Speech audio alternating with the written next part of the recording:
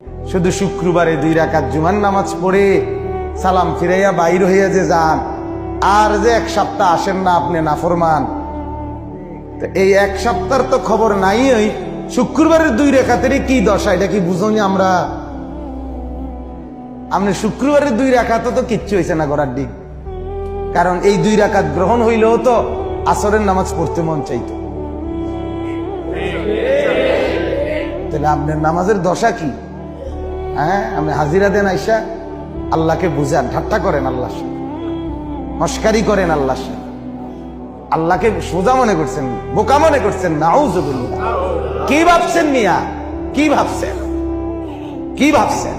একটা বিল্ডিং এর ঘরে থাকেন, কয়টা টাকা রোজগার করেন, আর এই ফাঙ্গাস তেলাপিয়া ফার্মের মুরকার কক মুরকা দিয়ে ভাত খান, ধন্যপাতা কাঁচামরিচ টমাটো আলুর ভর্তা, এটা দিয়ে নিজেকে খুব বুদ্ধিমান মনে করছেন না? খুব সুখের জিন্দেগি মনে করছেন। বোকার মধ্যে আছেন, বোকার মধ্যে। নাফরমান বোকা থাকে, নাফরমান বেকুব থাকে, নাফরমান অজ্ঞ থাকে, নাফরমান মূর্খ থাকে।